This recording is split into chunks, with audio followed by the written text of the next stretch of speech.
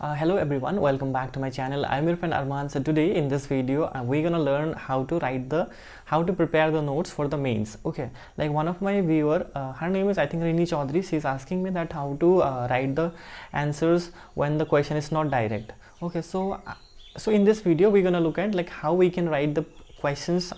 We can write or we can make the notes for the mains exam. Okay, or how we can solve the question paper.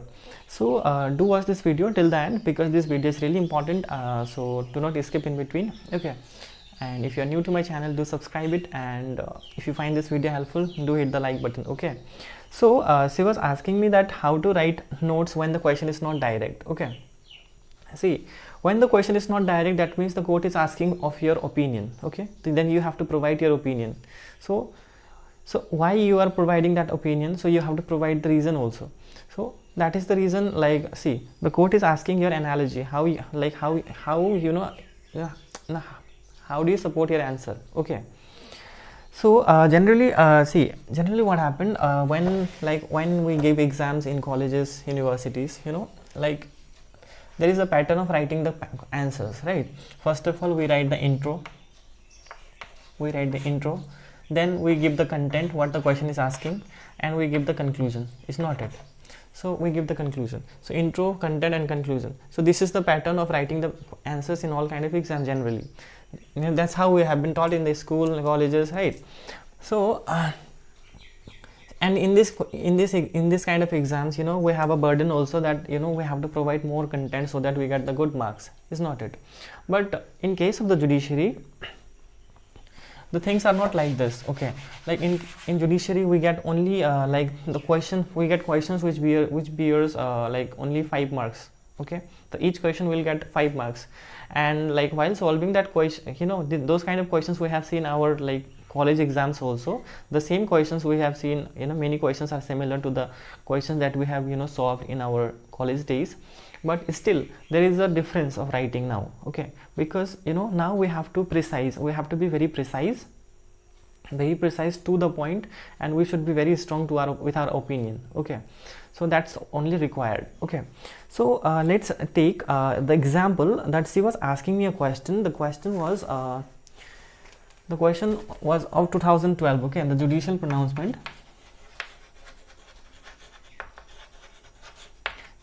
pronouncements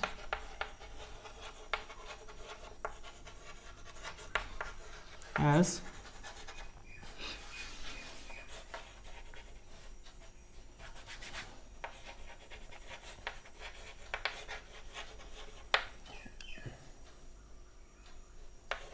amplified the scope and ambit of Article 21. Do you agree?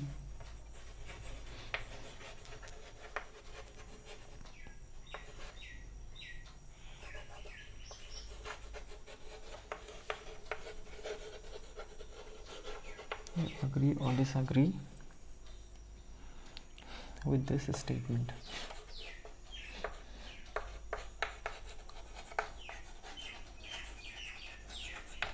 This statement give reasons to support your view.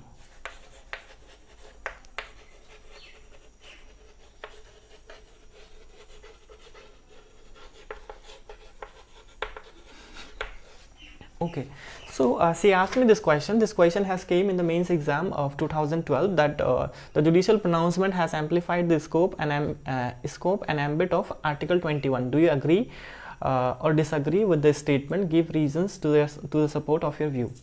Okay, so in this, see, this question is not direct. Okay, like she said, this question is not direct, but we know that this question is asking about the Article 21. We know it, right?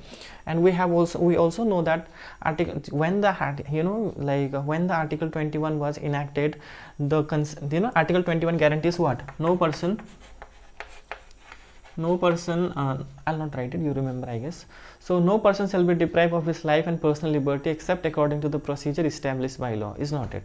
So the plain meaning, so earlier, you know, earlier when the constitution was enacted, the meaning of the the concept or the scope of the Article 21 was just limited to the literal word, whatever it is written, that is only confined to that extent only. Okay, so the concept was not widened, but we know that after the Maneka Gandhi case, the scope of the Article 21 has broadened or widened enough. So like that, we know that. So but while writing the answer to this kind of questions, what we need to do is, like, okay, I'm just giving you the synopsis. Okay, like if you want the notes, I have prepared the notes on this topic. If you want it, then recently I have created a Telegram channel where you can join me also. There is no any kind of like followers, I mean no subscribers, I mean there is no subscriber of that channel in Telegram, but yeah, you can join. Okay, the Telegram ID is also the same. Okay, like Optimistic Wind, just search Optimistic Wind in Telegram, you will find the group. Join that. Okay, and if you need any notes, I will provide you there. Okay, so so like what we need to do, like while answering this kind of questions, we should, it is asking about your opinion. Okay, though then if you are sure that like if you agree with the decision, then you should start with start your answer with the affirmative sentence. Okay, like say like most certainly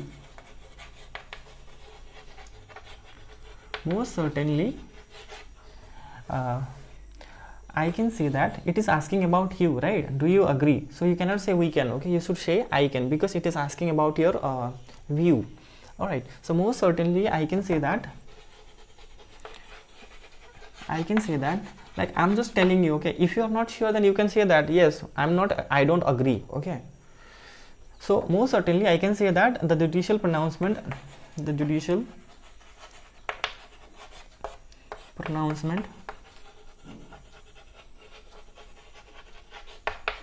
has widened the scope and ambit of Article 21. The reason behind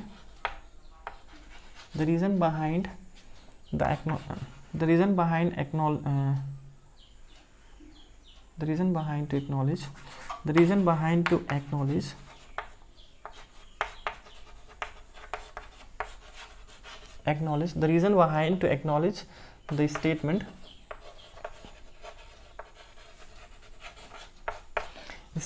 are as follows. Okay, so give a dash.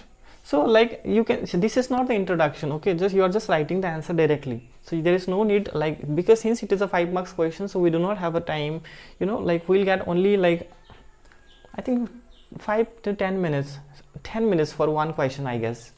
So within this time only we have to finish our question answers, and we have to provide the just and reasonable answer to the question. Okay, so here, like see, while answering this kind of question, we should always start with affirmative sentences, like most certainly I can say that yes, I agree with this statement, like that. Okay, so I have written the most certainly I can say that the judicial pronouncement has amplified the scope of Article 21. The reason behind to acknowledge this statement is under. So hereafter you can give your reasons. Okay, why do you agree? Okay, so I have agreed because while going through the book, we have seen that after the Maneka Gandhi, so prior to the Maneka Gandhi's case, the scope and the ambit of the word personal liberty was only confined to the person who is illegally detained and all that. But after the Maneka Gandhi's case, it has widened. Okay, the scope and ambit of the Article 21 has widened enough. Okay, so like after writing that, like you should start writing now you should start, like you can start with this. Okay, see, before the Maneka Gandhi's case, there has been many cases like Khadak Singh case. Okay, the Khadak Singh versus state of UP. So that case is also sorry. Prior to the Maneka Gandhi's case, there is a case A.K. Gopalan versus state of Madras. Okay, so that case is also important, but since like we have a limited time and we have to finish our question within a particular time, and we have to be very precise also, we have to provide what the question is asking also. So that's why, like try to be little tricky. Okay, like see, so generally the pattern is like, if you follow the general pattern, then we have to mention the what is A.K. Gopalan case is saying. The A.K. Gopalan is saying that personal liberty only extend to the bodily restraint and all that. Okay, but we cannot write that, because if we write that, the question answer will be very long and that will take a lot of time. So we cannot do that. So to avoid that situations, what we can do is like we should start with this, like in Maneka Gandhi's case, the post Maneka Gandhi's case, okay, the post Maneka Gandhi case, post Maneka Gandhi case, there has been plethora of judicial pronouncement which has amplified the scope of Article 21.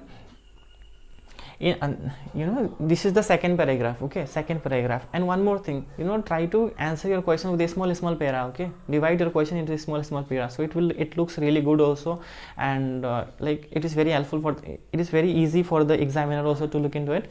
So that's why make it a small para. Okay, so first para we have write, most certainly we can agree on all that, and after that the second para, the post Maneka Gandhi case. This is a very important line. Okay, you can copy it or you can write in your own language also, that the post Maneka Gandhi case, there has been a plethora of judicial pronouncement which amplified the scope of Article 21.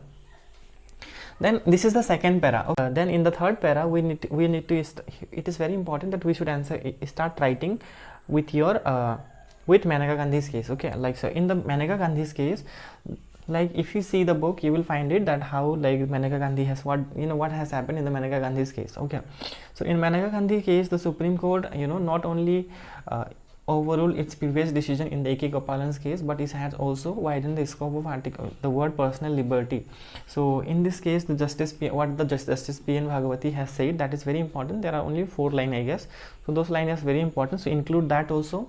Okay, so after that inclusion, so see, now see the difference. Okay, like in Maneka Gandhi's case, the Supreme Court not only overruled its previous decision of the A.K. Gopalan's case, so so in one case law only we have covered 2, right? A.K. Gopalan case also, so we don't need to mention differently the A.K. Gopalan case here.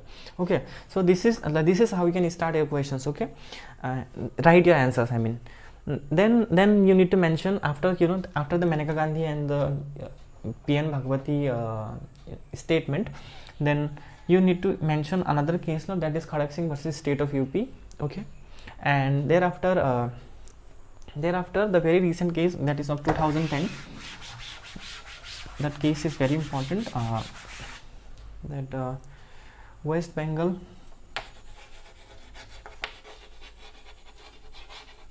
versus Committee for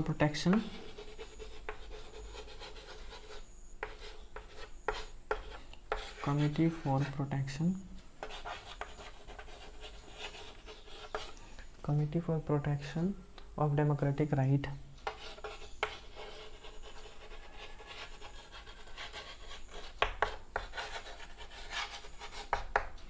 West Bengal,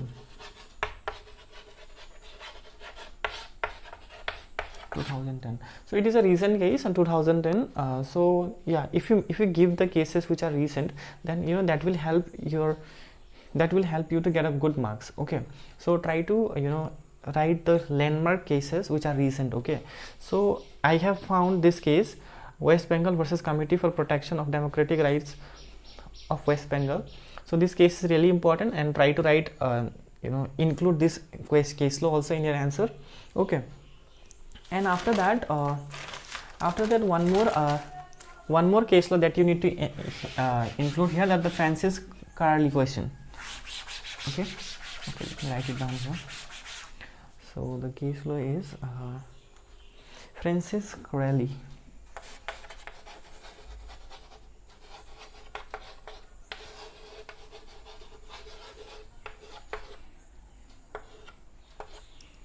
versus administration